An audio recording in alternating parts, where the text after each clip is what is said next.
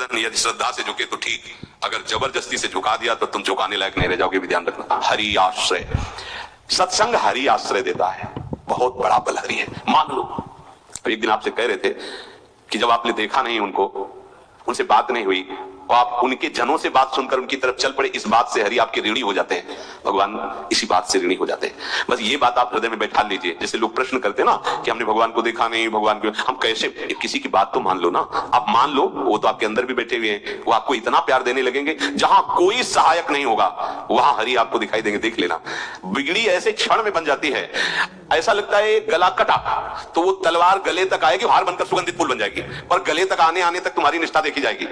नहीं नहीं, बस मेरे हरि का यही विधान, वो आते आते हार बन जाएगी, वो तलवार तुम्हारा गला नहीं काट पाएगी, क्योंकि गले में हरि नाम चल रहा है। मान लो हमारी महालक्ष्मी चरण चापती रहती, क्या चाहिए तुम्हें, क्या चाहिए, आप सच्चे मानिए, क्या मतलब कितनी मलिनता छा गई। हम इसको मार देंगे तो 2 लाख रुपए मिल जाएंगे, ये कर देंगे तो, अरे भैया अगर तू हरि नाम जपेगा तो इसकी कीमत नहीं है, कीमत नहीं, अमूल्य वस्तु है, इसके ब्याज में तो कुबेर बन सकता है, मूल्य तो कभी खत्म होता ही नहीं है, ब्याज में तो ब्रह्मा बन सकता है, बनना तो चाहे।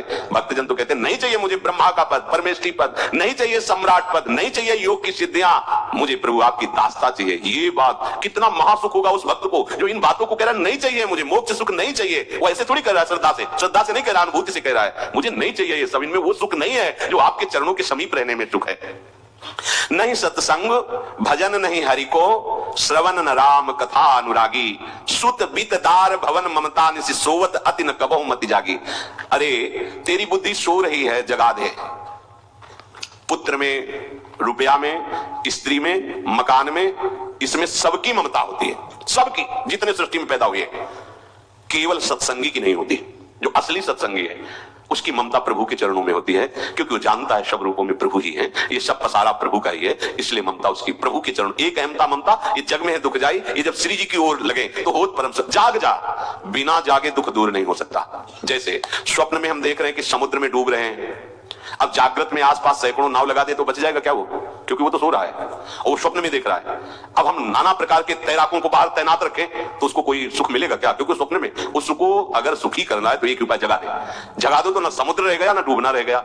ऐसे ही संसार में मोह से ऐसे ग्रसित जीव है, भाई इतना ही सुखचार है, और उसी स्वप्न में वो दुख से निवृत्त होना चाहते हैं।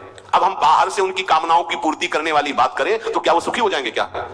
इसीलिए कोई साधु जो भगवत मार्ग का पथिक है वो कभी सपोर्ट नहीं करेगा जाओ ऐसा, वो जाओ ऐसा ही है जैसे उस स्वप्न में समुद्र में डूब रहा है, बाहर से हम जल जहाज नाव तैराक सब लगा रहे हैं, लेकिन वो नहीं सुखी होगा, क्योंकि उसके सुख का कारण तब बनेगा जब स्वप्न हटे। स्वप्न तब हटेगा जब वो जागे।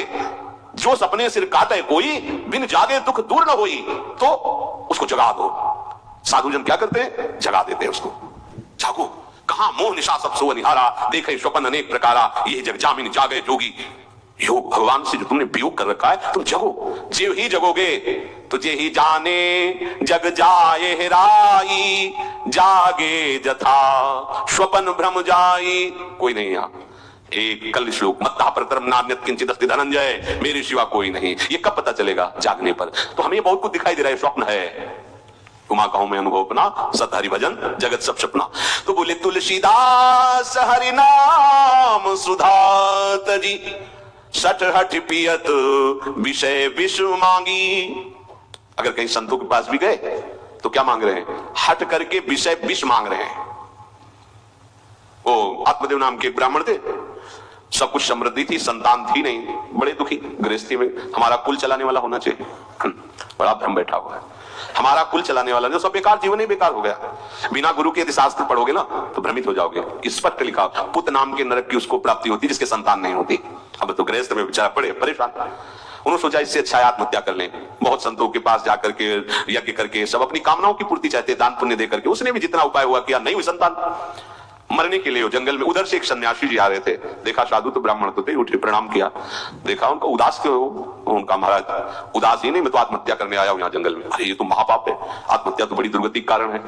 बोले महाराज अगर आप बचाना चाहते हो तो आप कृपा करो। क्या क्या चाहते हो? बोले हमारे पास सब कुछ है, बेटा नहीं दोगे तो हमारा जीवन बेकार। तो उन्होंने अंतर्दृष्टि से देखा और कहा 7 जन्म तक तेरे पुत्र नहीं भाग्य में तेरे लिखा है। तो उसने कहा फिर तो अभी मरते हैं, आत्महत्या करते हैं, 7 जन्म के बाद हम 7 दिन नहीं जिएंगे, हमें पुत्र चाहिए। संत का दयालु देखो, जिनके पास तपस्या और भजन का धन होता है, जब भगवान अधीन है तो कुछ भी कर सकते हो, कुछ भी कर सकते हैं। प्रारब्ध मिटाना कोई बड़ी बात नहीं। प्रारब्ध जानते हो, कोई देवता थोड़ी है, तुम्हारा पीछे का किया हुआ कर्म है। और इधर जोर का भजन है, भजन के प्रभाव से कर्म को नष्ट करने में देर थोड़ी लगती है। ये तो अच्छे शुभ कर्म करो तो तुम्हारा प्रारब्ध बदल जाएगा। भजन का प्रयोग प्रारब्ध बदलने के लिए थोड़ी है। पर वो ऐसा हट के, तो उनका देखो हट करने से लाभ नहीं मिलता है। उनका हमें उपदेश नहीं, हमें पुत्र चाहिए। अगर आप भगवत प्रेरित होकर यहाँ आए हो तो आप हमें, तो उन्होंने तपस्या के बल से फल की रचना की और जाओ अपनी पत्नी को ये फल पवा दो और इससे निश्चित पुत्र होगा। बहुत प्रसन्न, अब कामना पूर्ण थी तो देख लो, प्रभाव देखो कामना का। प्रसन्न हुए आए, धुंधुली नाम था उनकी पत्नी का नाम।